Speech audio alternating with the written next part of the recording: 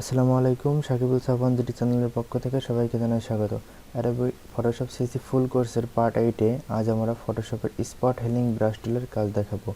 আর যদি আপনি আগের পার্টগুলো মিস করে থাকেন তাহলে সিম্পলি আই বাটনে ক্লিক করুন অথবা আমার চ্যানেলের প্লেলিস্ট চেক করুন। তার আগে বলে রাখি, আপনি যদি আমার চ্যানেলের নতুন দর্শক হয়ে থাকেন তাহলে এখনই সাবস্ক্রাইব করুন এবং পাশে থাকা বেল ঘন্টাটি বাজিয়ে দিন। এতে করে আমি ভিডিও আপলোড করার সাথে সাথেই সবার আগে আপনি পেয়ে যাবেন। তো চলুন শুরু করি, কম্পিউটার স্ক্রিনে জাম করি।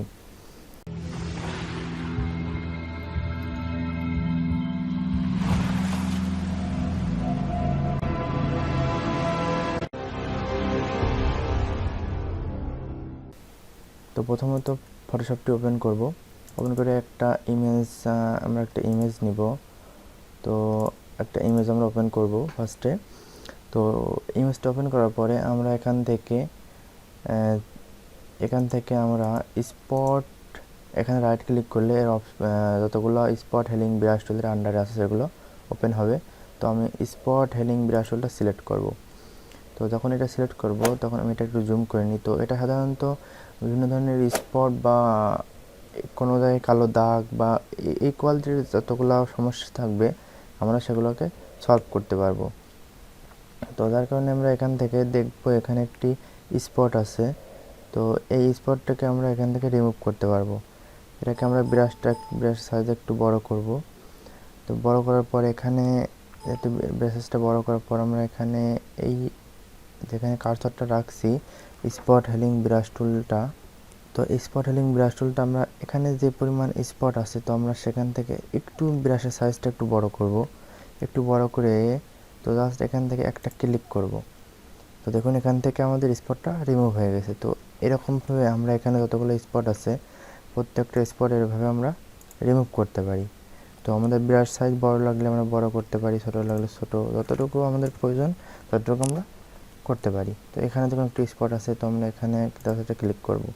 যখন আমরা ক্লিক করব আমরা একটু ব্রাশের থেকে স্পটের থেকে একটু বড় সাইজ নেব ব্রাশ, তাহলে কি হবে ওই যেখান থেকে স্পটটা উঠে যাবে তো আশপাশের থেকে সে জায়গা নিয়ে সেটাকে কভার করে দেবে। তো এইভাবে আমরা এখান থেকে বিভিন্নভাবে যত রকমের সমস্যা, ছোটোখাটো স্পট, কালো দাগ আমরা এটা দিয়ে আমরা রিমুভ করতে পারি। এটা শুধু যে এখান থেকে স্পট রিমুভ করব সেটা না, এখান থেকে এই স্পট হেলিং ব্রাশ টুল দিয়ে আমাদের অন্য আরও অনেক জায়গায় আমরা ব্যবহার করতে পারি। তো জাস্ট আমাদের এখানে যদি আমাদের প্রয়োজন হয় তো যে এখানে এইটুকু আমাদের লাগবে না, তো আমরা এখান থেকে আমরা এটাকে রিমুভ করতে পারতাম। এর মানে ব্রাশের সাইজটা একটু বড় করে জাস্ট এখান থেকে আমরা এভাবে রিমুভ করতে পারতাম।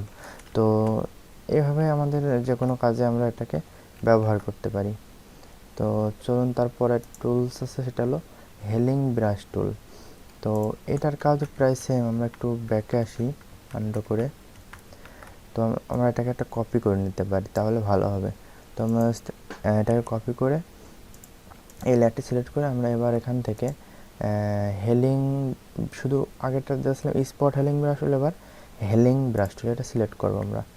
সিলেক্ট করার পরে এটার কাজ আমাদের মোটামুটি আগেরটার মতোই, তবে এখানে একটু প্রবলেম হবে যে আমি প্রথমত এখান থেকে আগের মতো সেম আগের কাজের মতো ক্লিক করি, তাহলে এখানে একটা আমাদের ওয়ার্নিং দেখাবে। এখানে কি বলতেছে, আলট্রা ক্লিক করে আমাদের একটা সোর্স নিতে বলছে, একটা পয়েন্টার নিতে বলছে। তো এখানে আমি এটা রিমুভ করতে হলে আমরা এখানে একটি কালার অ্যাপ্লাই করতে পারি। তো এর যদি আশেপাশ থেকে কালার না নিই, সাপোজ আমি যদি এই যে যেখানে বেশি হোয়াইট আছে এখান থেকে আমি একটা পয়েন্টার নিতে পারি। তো এখানে পয়েন্টার নিতে হলে আমাদের আলট্রা ক্লিক করে ধরে জাস্ট মাউস দিয়ে একটা ক্লিক করতে হবে, তাহলে কী হবে ওই কালারটা আমাদের অ্যাপ্লাই হয়ে যাবে। তো আমি যদি এখন এখানে এই যে স্পট আছে এখানে যদি আমি একটা ক্লিক করি তাহলে দেখুন এখানে স্পটটি উঠে যাবে। এখানে যদি আমি ক্লিক করি তাহলে কী হবে, স্পটটি উঠে যাবে। তো এইভাবে আমি এর যেখানে যেই যেটি আছে, যে স্পটটি আছে এটা রিমুভ করতে হলে আমরা পাশ থেকে একটা কালার পিক করব এবং স্পটের উপর একটা ক্লিক করব, তাহলে কী হবে, এটা রিমুভ হয়ে যাবে। তো পাশ থেকে আমাদের কালারটি নেওয়ার কারণ হলো, তো ওই কালারটি যখন আমি ওইটার উপরে অ্যাপ্লাই হবে তো সেটাকে সুন্দরভাবে স্পটটি উঠে যাবে। তো যার কারণে আমরা এখান থেকে পয়েন্টারটি সিলেক্ট করে ক্লিক করব।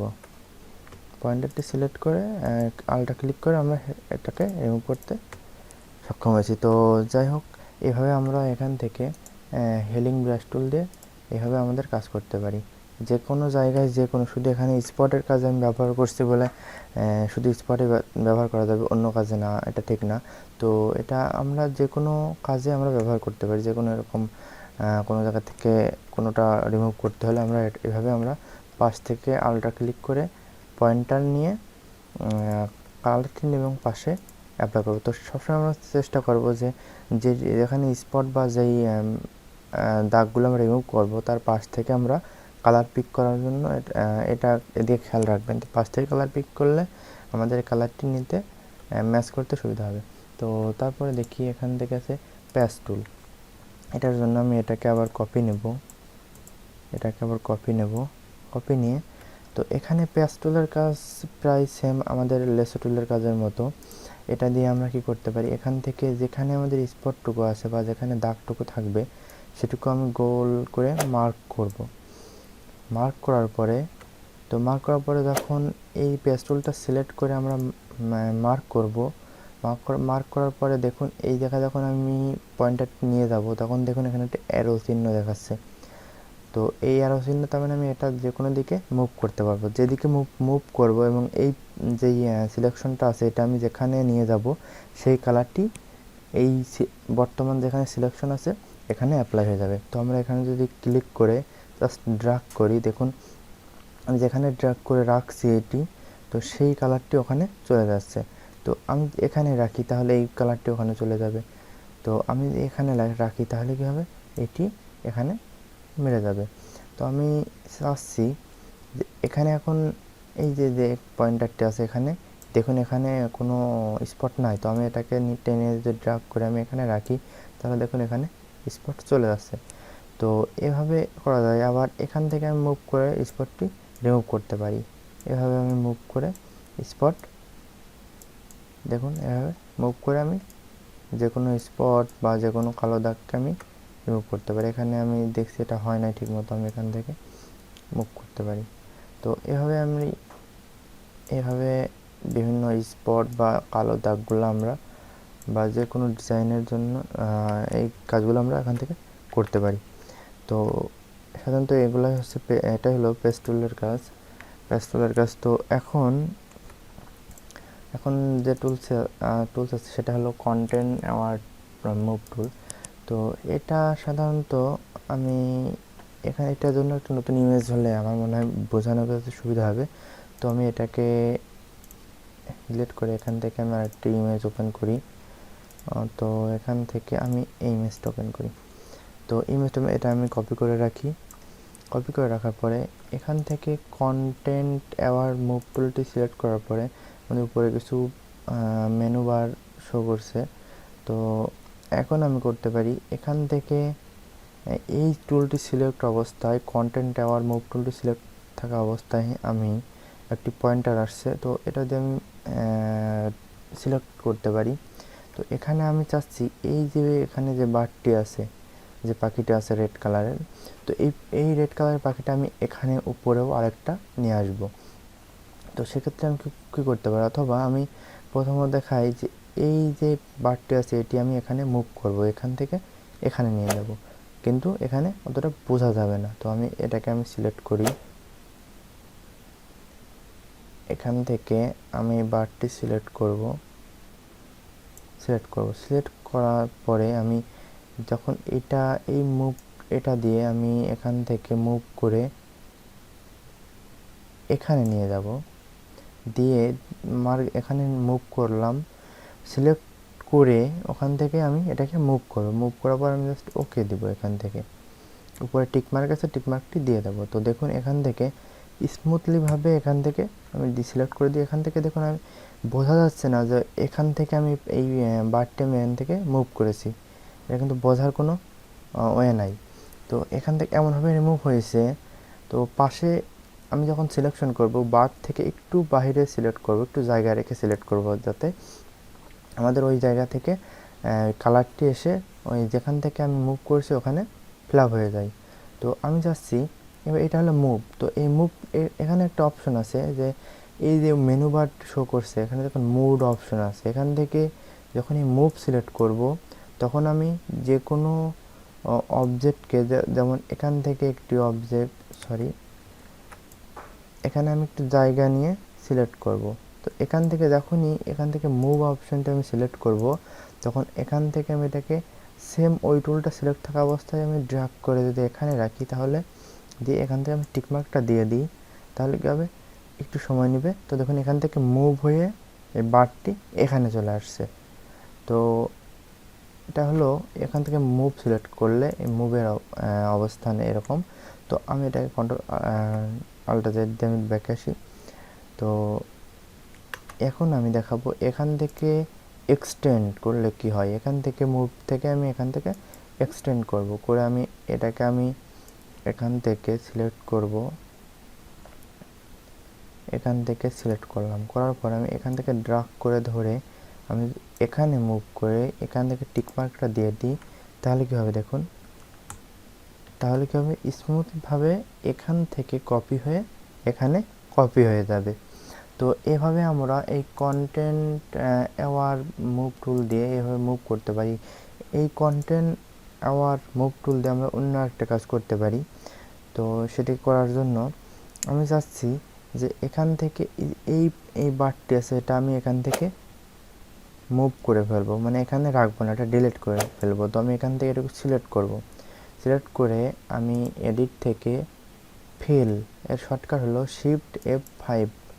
এখানে সিলেক্ট থাকা অবস্থায় এখান থেকে অবশ্যই কন্টেন্ট অ্যাওয়ারে আমরা কাজ করছি, তো যার কারণে এখানে কন্টেন্ট অ্যাওয়ার সিলেক্ট করতে হবে, করে আমি জাস্ট ওকে দিব। ওকে দিলে কী হবে দেখুন, এখান থেকে অটোমেটিক মুভ হয়ে যাবে। তো দেখুন এখানে এখানে কিন্তু নাই, এখন একদম মানে এমনভাবে এখান থেকে রিমুভ হয়েছে, তো এখানে কিন্তু বোঝার কোনো ওয়ে নাই। তো এভাবে আমরা কন্টেন্ট আওয়ার মুভ টুল দিয়ে আমরা এখান থেকে মুভ এবং কপি স্মুথলিভাবে করতে পারি। তো আশা করি এই টুলের কাজটি বুঝছেন। তো তারপরে আছে রেড আই টুল। রেড আই টুলটি সিলেক্ট করি, তবে এটার জন্য আমরা নতুন একটি ইমেজ নেব। তো রেড আইটি সাধারণত আমি এখান থেকে ইমেজ ডাউনলোড করে রাখছি রেড আইয়ের জন্য। তো এই ইমেজটি আমি ব্যবহার করব। এটাকে আমি কপি করতে পারি, আবার নাও করতে পারি। আপাতত আপনারা সবসময় ব্যাকগ্রাউন্ড লেয়ারে কোনো কাজ করবেন না, নতুন লেয়ারটি কপি করে রাখবেন। তো রেড আই টুলের কাজ সাধারণত আমরা রাতে বা অন্ধকারে যদি কোনো পিকচার বা ইমেজ লাইট ফ্ল্যাশ দিয়ে, ফোনের ফ্ল্যাশ অথবা ক্যামেরার ফ্ল্যাশ দিয়ে ছবি তুলতে যাই, তাহলে চোখের মধ্যে লাল, মনিটা লাল হয়ে যায় অনেক সময়। দেখুন এই যে ইমেজটি দেখতে পাচ্ছেন এরকম। তো এটি করার জন্য আমরা এই যে রেড আই টুলটি আমরা সিলেক্ট করব, করার পরে এই যে রেড আই রয়েছে, তো এটাকে আমরা ব্ল্যাক করে ফেলবো। তো আমরা ব্ল্যাক করতে পারি রেড আই দিয়ে আমরা দুইটা সিস্টেমে। তো এখন যেমন এখান থেকে আমি যদি এই যে রেড আইয়ের উপর ক্লিক করি, তাহলে দেখুন অটোমেটিক এটা কালো হয়ে যাবে। তো এখানে যদি আমি একটা ক্লিক করি, তাহলে দেখুন রেড আইটি কালো হয়ে যাবে। আমরা ডিফল্ট আকার আমরা তেমন কিছু যে মেনু বারটি দুইটা শো করছে, তো আমরা এখান থেকে সাইজ বা ডার্কেন কিছু আমরা চেঞ্জ করব না। তবে এখান থেকে আমাদের এই চোখটা যদি আমাদের পারফেক্টভাবে না হয়, সেক্ষেত্রে আমরা কী করতে পারি, সেক্ষেত্রে আমরা এই যে দেখুন এখানে যদি আমাদের মনে হয় যে আমাদের মন মতো পারফেক্ট হয় নাই, তো আমরা এখান থেকে ড্র্যাগ করে করতে পারি। যেরকম এই যে রেড আইডি সিলেক্ট থাকা অবস্থায় আমরা জাস্ট এখান থেকে আমরা ড্র্যাগ করব। যখন আমরা ড্র্যাগ করব, তাহলে দেখুন আমাদের এই রেড আইটি আমাদের ব্ল্যাক হয়ে যাচ্ছে। তো এভাবে আমরা ড্র্যাগ করে করে করতে পারি। তো আপনাদের মন মতো এখান থেকে পোলার সাইজটা হয়তো কম বেশি করতে পারেন, করলেই এখান থেকে আমাদের একটু জায়গা বেশি নিয়ে কাজ হবে। তো এভাবে আমরা তখন অনেক সময় দেখবেন বেশি হওয়ার কারণে এখান থেকে আমাদের বেশি জায়গা নিয়ে হয়ে গেছে। তো আমরা এখান থেকে ডার্কেনটা একটু বাড়ায় নিতে পারি।